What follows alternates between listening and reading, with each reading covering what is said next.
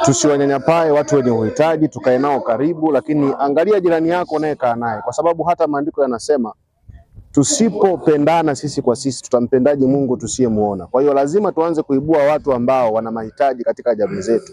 Kwa kufanya hivyo tutaonyesha injili ya matendo kwa kuwapenda watu. Kwa hiyo sisi tuanze kwanza katika vijiji vyetu, tuangaliane sisi watu wenye mahitaji, ndipo tuwasaidie na kuendelea mbele zaidi kwa ajili ya kuwasaidia watu wenye mahitaji. Huduma ya udiakonia ili wachungaji na wanakamati za udiakonia waweze kuelewa namna ya kutumika au kuhudumia jamii ambayo inatuzunguka yenye uhitaji maalum.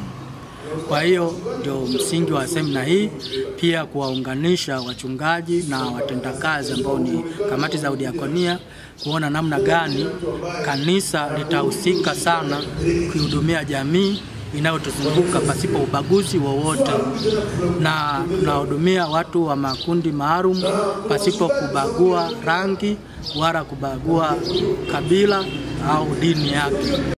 Mafunzo haya tuliyoyapata kwenye huduma yetu yatatusaidia kwanza moja, kuwawezesha watu wengine ambao tutakao wafundisha hiki tulichokipata, namna ya kuwasaidia wahitaji, kuelimisha jamii kwamba hawa walio na shida hawajaomba matatizo yaliyopo kwao, lakini yamekuwepo ili wengine tulio na nafasi nzuri tuwasaidie.